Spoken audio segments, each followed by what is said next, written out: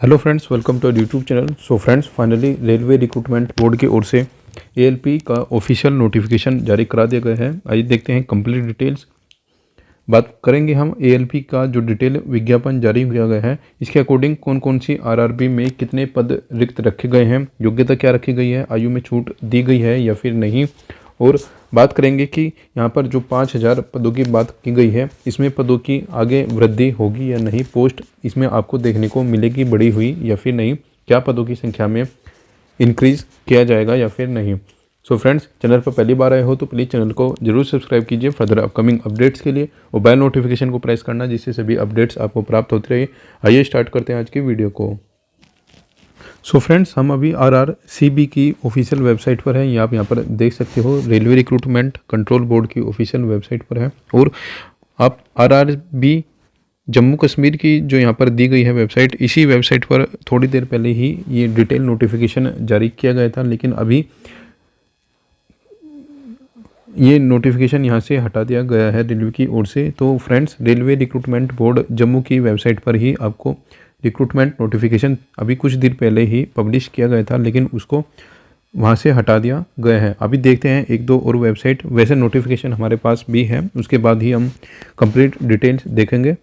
देखिए, अभी हम आरआरबी भोपाल की वेबसाइट ओपन करते हैं, ओपन नहीं हुआ। ठीक है, इसके बाद में चंडीगढ़ देखते हैं।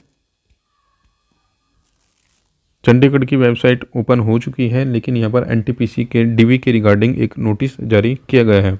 ठीक है, सो फ्रेंड्स, यदि आप एनटीपीसी 1/19 के कैंडिडेट हो तो इसके अकॉर्डिंग आप यहाँ पर डीवी शेड्यूल भी देख सकते हो। डीवी शेड्यूल दिया गया है। और आरआरबी कोलकाता की वेबसाइट भी आप चेक करोगे तो यहाँ पर भी अभी कोई CEN 1/24 नहीं दिया गया है। एएलपी का रिक्रूटमेंट नोटिफिकेशन जो रेलवे की वेबसाइट पर पब्लिश किया गया था, उसको अभी वहाँ से हटा दिया गया है। आइए देखते हैं, वैसे नोटिफिकेशन हमारे पास है, देखते हैं क्या रिक्रूटमेंट नोटिफिकेशन में दिया गया है, क्या डिटेल्स प्रोवाइड कराई गई है। सो फ्रेंड्स, आप देख सकते हो, ये वो रिक्रूटमेंट नोटिफिकेशन है जो अभी कुछ देर पहले ही आरआरबी जम्मू की वेबसाइट पर पब्लिश किया गया था, लेकिन अभी इसको वहाँ से रिमूव कर दिया गया है ऑफिशियल वेबसाइट से। तो ये नोटिफिकेशन आप देख सकते हो, डिटेल सेंट्रलाइज एम्प्लॉयमेंट नोटिफिकेशन 1/24। ठीक है, इसमें बताया गया है, ये वही पेज है जो आप कल से देख रहे हो। एम्प्लॉयमेंट नोटिफिकेशन के अकॉर्डिंग बताया गया है CEN 1/24 एएलपी रिक्रूटमेंट के लिए 20 जनवरी से ऑनलाइन एप्लीकेशन हो जाएंगे। 19 फरवरी तक आप अप्लाई कर सकते हो। और नंबर ऑफ़ वैकेंसीज आप यहाँ पर देख सकते हो, 5,696 बताया गया है। सो फ्रेंड्स, आप देख सकते हो यहाँ पर बताया गया है, जो पोस्ट है वो एएलपी की है, पे लेवल ग्रेड 2 की है, मेडिकल स्टैंडर्ड A1। और एज यहाँ पर देख सकते हो आप, 18 से लेकर 30 वर्ष दी गई है।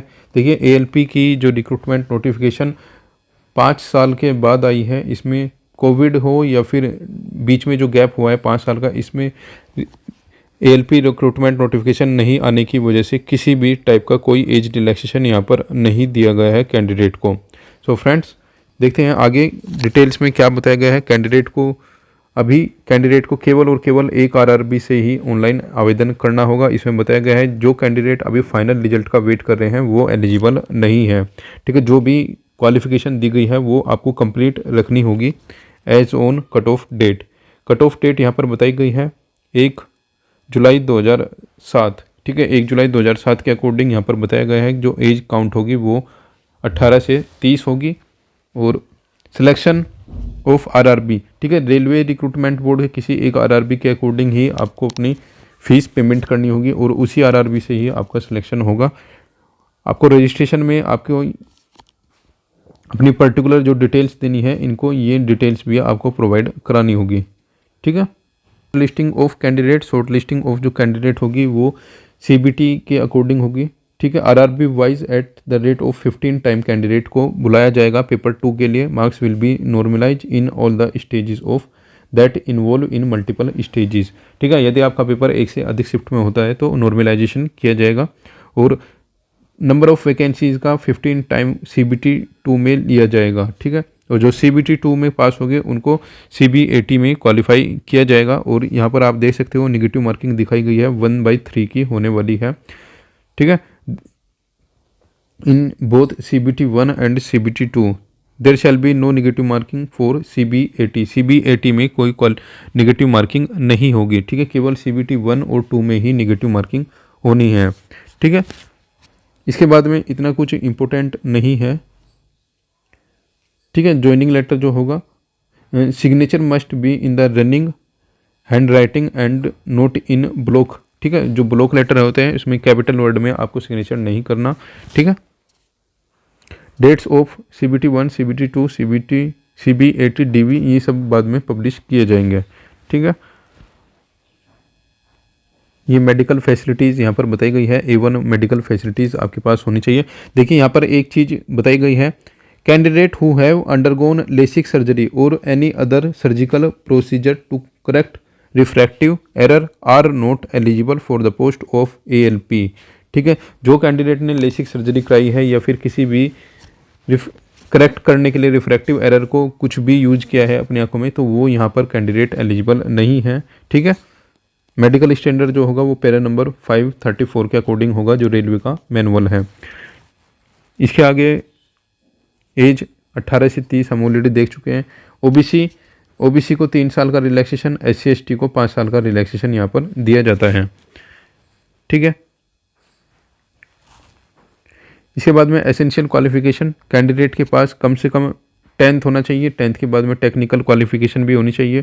और जो क्वालिफिकेशन मांगी गई है 19 फरवरी को यहाँ पर जो क्वालिफिकेशन है, यानी कि जो आवेदन की अंतिम तिथि है उसी के साथ ही आपको क्वालिफाई करना होगा। एलिजिबिलिटी जो आपकी होगी वो लास्ट डेट को होनी चाहिए, यानी कि 19 फरवरी तक आपके जो ITI ICVT जो भी कुछ आपने टेक्निकल क्वालिफिकेशन या 10th 12th की है वो कंप्लीट हो जानी चाहिए, ठीक है।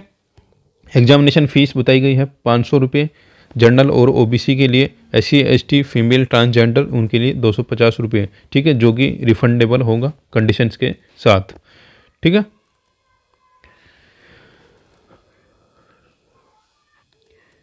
एग्जामिनेशन फ़ीस रिफंड के लिए बताया गया है, जो बच्चा 500 रुपये पेमेंट करेगा उसका 400 रुपये रिफंड होगा, और जो बच्चा 250 रुपये रिफंड करेगा उसका फुल पेमेंट रिफंड कर दिया जाएगा। आगे बताया गया है, जो भी कैंडिडेट रिजर्वेशन को क्लेम करेगा उसके पास वैलिड सर्टिफिकेट होना चाहिए as on time of duration of document verification. देखिए फ्रेंड्स, डॉक्यूमेंट वेरिफिकेशन के टाइम पे OBC और EWS का जो पंगा होता है ये बहुत ज़्यादा चलता है कैंडिडेट के साथ में। स्पेशली जितने भी कैंडिडेट अप्लाई करने वाले हैं वो ध्यान दें, ऑनलाइन की लास्ट डेट होने से पहले आप एक बार अपना जो सर्टिफिकेट है इसको एक बार रिन्यू जरूर करा लीजिए सेंट्रल गवर्नमेंट के उसमें, ठीक है। सेंट्रल गवर्नमेंट का फॉर्मेट है, इसमें आप रिन्यू करा लीजिए, क्योंकि कुछ कंडीशंस में ऐसा होता है कोई डॉक्यूमेंट वेरिफिकेशन के टाइम पर RRB जिस टाइम पर आपने आवेदन किया था उसी टाइम का जो डॉक्यूमेंट है वो मांग लेते हैं, ठीक है। इसलिए आप ये चीज़ें ध्यान रखिए, अभी आवेदन करने से पहले एक बार अपना जो डॉक्यूमेंट है उसको रिव्यू कर लीजिए और उसको एक बार रिन्यू करा लीजिए, ठीक है। रिक्रूटमेंट प्रोसेस में बताया गया है, रिक्रूटमेंट प्रोसेस जो होगा, a candidate can only apply for 1 RRB, only 1 application has to be submitted. The recruitment process shall be comprise the following stages: CBT 1, CBT 2, CBAT DV medical, ये चीज़ें होंगी, उसके बाद ही आपको फाइनल अपॉइंटमेंट यहाँ पर दिया जाएगा। फर्स्ट स्टेज बताया गया है, फर्स्ट स्टेज में CBT 1 only for screening exam, short listing of candidate for CBT 2, ठीक है, on the performance of normalize marks. CBT 1 shall not be counted while preparing final panel, ठीक है। CBT 1 का कोई फाइनल पैनल में कोई role नहीं होगा, ठीक है। Candidate belonging to OBC SC/ST who are short listed for CBT 2 by availing relaxed standard of age shall be continue to treated as the candidate of their respective reserve communities only, ठीक है। जो candidate age relaxation का prevail करेगा उसको अपनी ही category में रखा जाएगा, ठीक है। वो कैंडिडेट दूसरी कैटेगरी को क्लेम नहीं करेगा, जैसे कुछ कैंडिडेट OBC के अनरिजर्व से क्वालिफाई करते हैं, वो यहाँ पर नहीं होगा यदि आप एज रिलैक्सेशन के साथ एलिजिबिलिटी को क्लेम करते हो, ठीक है। पैटर्न यहाँ पर दिया गया है। ऑनलाइन जो CBT 1 होगा उसका ड्यूरेशन यहाँ पर बताया गया है, duration and syllabus of CBT 1। जो CBT 1 होगा 1 घंटे का आपका CBT होगा, जिसमें नंबर ऑफ क्वेश्चन 75 क्वेश्चन होंगे, 75 नंबर के, 1 नंबर का 1 क्वेश्चन होगा, नेगेटिव मार्किंग 1/3 होगी, ठीक है। नॉर्मलाइजेशन किया जाएगा और मिनिमम पासिंग मार्क्स यहाँ पर कैटेगरी वाइज दिए गए हैं। हालांकि इनसे कुछ लेना देना कैंडिडेट्स का नहीं होता, जो कट ऑफ होती है वो फाइनल मार्क्स के लिए लगती है। ठीक है, ये सब्जेक्ट होंगे पेपर 1 में। ठीक है, mathematics, mental ability, general science, general awareness. और पेपर 2 यहाँ पर दिया गया है, पेपर 2 के लिए CBT 2 यहाँ पर दिया गया है। जो कैंडिडेट क्वालिफाई करेंगे उनको 15 टाइम के रेशो में क्वालिफाई कराया जाएगा और CBT 2 के लिए अपेयर कराए जाएंगे। CBT 2 के लिए यहाँ पर पैटर्न दिया गया है, पार्ट 1 और पार्ट 2 के अकॉर्डिंग ये पेपर होने वाला है। ड्यूरेशन 2 घंटा 30 मिनट की होगी। 175 यहाँ पर क्वेश्चन होने वाले हैं, जिसमें पार्ट 1 में 100 क्वेश्चन होंगे 90 मिनट के और पार्ट 2 में 60 मिनट के 75 क्वेश्चन होंगे। सेम 1/3 की नेगेटिव मार्किंग होगी, नॉर्मलाइजेशन किया जाएगा, इससे कोई लेना देना नहीं है। ठीक है, only the marks score in part 1 यानी कि part A shall be counted for short listing of candidate for further stage, यानी कि जो आपका पार्ट 1 होगा इसी के अकॉर्डिंग ही आपकी मेरिट बनेगी। ठीक है, irrespective community is able to qualify. ठीक है, यानी कि पार्ट बी में मिनिमम इतना क्वालिफाई करना जरूरी है, लेकिन देखिए पार्ट बी की यहाँ पर कट ऑफ दी गई है, ये केवल और केवल आपकी पार्ट बी में काम आने वाली है। ठीक है, पार्ट बी के लिए पार्ट ए और पार्ट बी का सिलेबस दिया गया है CBT 2 का, यानी कि आप बोल सकते हो CBT 2 का मैथमेटिक्स, जनरल इंटेलिजेंस और बेसिक साइंस एंड इंजीनियरिंग, ये पार्ट ए का होगा, जिसके अंदर ही कट ऑफ आपकी बनने वाली है। ठीक है, ये है आपका पार्ट 2। पार्ट 2 जो होगा आपकी क्वालिफिकेशन के अकॉर्डिंग, जो भी आप ट्रेड अप्लाई करोगे उसी के अकॉर्डिंग ये होगा। मिनिमम 35% लेके आना यहाँ पर कंपल्सन ही है। ठीक है, सिलेबस ऑफ वेरियस ट्रेड के लिए जो सिलेबस है अलग अलग वेबसाइट से वो है यहाँ पर दिया गया है। और candidate with ITI trade apprentice qualification will be required to appear in the section having question on their trade. ठीक है, जो बच्चे ITI या फिर ट्रेड अप्रेंटिस के हैं उनको क्वालिफिकेशन के अकॉर्डिंग क्वेश्चन के वहाँ पर सॉल्यूशन करने होंगे। ठीक है, degree diploma candidate have to select 1 trade from the list of trade. ठीक है, ऐसे ही डिग्री डिप्लोमा वाले कैंडिडेट को भी एक सिलेक्ट करना होगा, उसी के अकॉर्डिंग ही उनका पेपर होगा। ये यहाँ पर दिया गया है पार्ट बी के लिए फॉलोइंग क्वालिफिकेशन दी गई है, उनके अकॉर्डिंग यहाँ पर ट्रेड सेलेक्ट करनी होगी। यदि आपके पास electrical engineering and combination of various electrical engineering है तो आपको ये ट्रेड सेलेक्ट करनी होगी। ठीक है, इसके अकॉर्डिंग आप यहाँ पर अपना ट्रेड चेक कर सकते हो। ठीक है, इसके बाद में बताया गया है CBAT होगा 3rd स्टेज में 8 गुना कैंडिडेट को लिया जाएगा। ठीक है, CBAT के लिए। ठीक है, जो बच्चे CBAT देखिए यहाँ पर बताया गया है क्वालिफाइंग मार्क्स में बताया गया है all candidate must secure minimum T score 42 यहाँ पर बताया गया है। और merit list will be prepare only from the candidate in the weightage of CBAT, यानी कि 70% जो वेटेज होगा वो पार्ट ए यानी कि CBT 2 का होगा और 30% आपका CBAT के अकॉर्डिंग ही फाइनल मेरिट यहाँ पर बन रही होगी। उसके बाद में डॉक्यूमेंट वेरिफिकेशन के लिए बुलाया जाएगा यहाँ पर based on the marks and merit of the candidate in part A CBT qualify in part B of CBT 2 score in CBAT candidate equal to the number of vacancies. ठीक है, यहाँ पर जो 8 गुना ऊपर बुलाए गए थे उनका यहाँ पर खेल खत्म हो जाएगा। ठीक है, उसके बाद में वही वेटिंग का फंडा हो जाएगा 2, 4, 5 साल के लिए। ठीक है, सो फ्रेंड्स ये थी स्पेशली जो सिलेक्शन प्रोसेस बताई गई है रेलवे की। मॉडिफिकेशन की प्रोसेस भी आप यहाँ पर देख सकते हो, मॉडिफिकेशन की प्रोसेस भी बताई गई है। कैंडिडेट को मॉडिफिकेशन करने के लिए पेमेंट यहाँ पर बताया गया 250 in addition to the modification fee. ठीक है, एक बार के लिए आपको मॉडिफाई कर सकते हो, मॉडिफिकेशन फ़ी 250 रुपये रखी गई है। तो जो भी कैंडिडेट इसमें आवेदन करेंगे थोड़ा ध्यान से अपना आवेदन करना, क्योंकि 250 रुपये का मॉडिफिकेशन चार्ज लिया जाएगा। ठीक है, modification to the online application along with the payment of the modification fees will be permitted up to 10 days after the closing date. ठीक है, क्लोजिंग डेट के बाद में ही केवल 10 दिन के लिए ये विंडो ओपन होगी। ठीक है, और ऑनलाइन एप्लीकेशन के टाइम में कैंडिडेट इस चीज़ को ध्यान रखिए कि कुछ पर्टिकुलर पॉइंट्स ऐसे हैं जिनमें कोई चेंजेस नहीं होगा। ठीक है, if a candidate wish to further modify change and correct any detail except detail fill in create account from including mobile number, email ID and choice of RRB. ठीक है, ये 3 चीज़ जो होंगी इनमें कोई चेंजेस नहीं होगी। ही और she may do so by paying modification. ठीक है, for each occasion detail fill in create account from including mobile number, email ID and chosen RB can not be change. ठीक है, ये चीज़ चेंज नहीं होगी। जो भी कैंडिडेट इसमें अप्लाई करेगा थोड़े ध्यान से करना, क्योंकि आपका मोबाइल नंबर, ईमेल और आरआरबी बाद में कोई चेंज इसमें नहीं होगा। ये 3 चीज़ें परमानेंट रहेगी। ठीक है, अब देखते हैं इसमें जो मेन चीज़ें हैं आपकी क्वालिफिकेशन की। क्वालिफिकेशन, ठीक है, फ्री ट्रेवल फैसिलिटी दी जाएगी SC/ST कैंडिडेट को, बाकी और से कोई इतना मतलब नहीं है रेलवे को। ठीक है, इसके बाद में कुछ इतना इम्पोर्टेंट इसमें नहीं दिया गया है। ठीक है, वेरियस रेलवे जोन्स यहाँ पर दी गई है। रेलवे जोन्स के अंतर्गत कौन कौन से डिपार्टमेंट आएंगे। ठीक है, यहाँ कुछ एब्रीवेशंस दी गई हैं। ठीक है, ये डिटेल क्वालिफिकेशन है। ये क्वालिफिकेशन आप यहाँ पर देख सकते हो, असिस्टेंट लोको पायलट के लिए डिटेल क्वालिफिकेशन।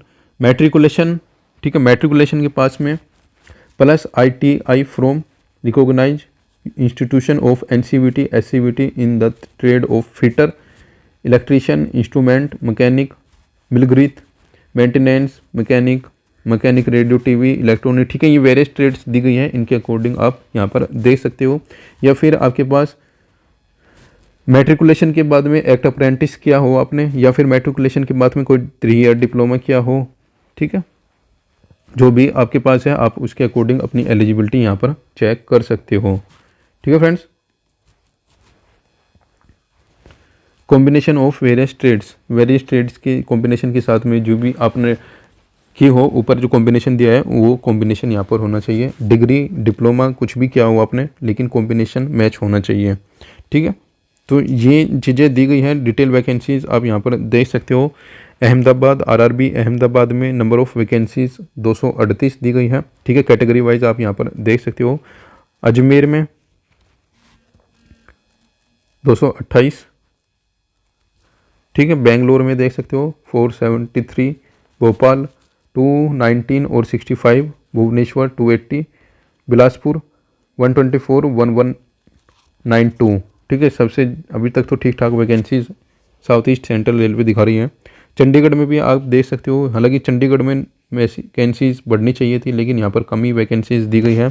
चेन्नई 148। ठीक है, इस प्रकार से आप यहाँ पर चेक कर सकते हो अपने अकॉर्डिंग जो भी जोनल रेलवेज आपको प्रीफर करना है। तो टोटल वैकेंसीज यहाँ पर दी गई है 5696 वैकेंसीज के लिए आपका रिक्रूटमेंट नोटिफिकेशन जारी किया गया है। तो फ्रेंड्स, ये थी डिटेल्स नोटिफिकेशन जो रेलवे की वेबसाइट पर जारी किया गया था कुछ देर पहले, लेकिन उसको बाद में फिर से रिमूव कर दिया गया है। अब देखते हैं वापस से फिर से कब ये अपडेट होता है रेलवे की वेबसाइट पर। हालांकि इस नोटिफिकेशन में अब कोई चेंजेस नहीं होंगे, थोड़ी देर बाद ये अब नोटिफिकेशन फिर से वेबसाइट पर अपडेट कर दिया जाएगा। अब बात करते हैं कि क्या रिक्रूटमेंट नोटिफिकेशन में कोई चेंजेस हो सकते हैं, क्या आगे आने वाले समय में आपकी जो नंबर ऑफ़ वैकेंसीज़ है इनको बढ़ाया जा सकता है या फिर नहीं। देखिए फ्रेंड्स, अभी इसके रिगार्डिंग कुछ भी कहना इम्पॉसिबल है, लेकिन तुम्हें पता होगा ये नंबर जो रेलवे की जो रिक्रूटमेंट होती है ये एक छोटी मोटी रिक्रूटमेंट नहीं होती, ये 5 ईयर प्लान के अकॉर्डिंग ही रिक्रूटमेंट जारी की जाती है। तो पंचवर्षीय योजना है ये, कोई दिक्कत नहीं है। अगले इलेक्शन तक आप वेट कीजिएगा। ठीक है, 2024 के इलेक्शन के बाद में 2029 के इलेक्शन तक ही नई रिक्रूटमेंट आएगी। तो 5 साल है, 5 साल तक तो कभी ना कभी तो वैकेंसीज ये इनको बढ़ाई देंगे ये वैकेंसीज। ठीक है, हालांकि ठीक है कैंडिडेट के लिए बहुत गलत हुआ है ये चीज़ें। ठीक है, वैकेंसीज इसमें 100% हम इसके फेवर में हैं कि कम से कम 40 से 50 हज़ार वैकेंसीज की जानी चाहिए थी। ठीक है, सो फ्रेंड्स, मिलते हैं नेक्स्ट वीडियो में नेक्स्ट अपडेट के साथ में।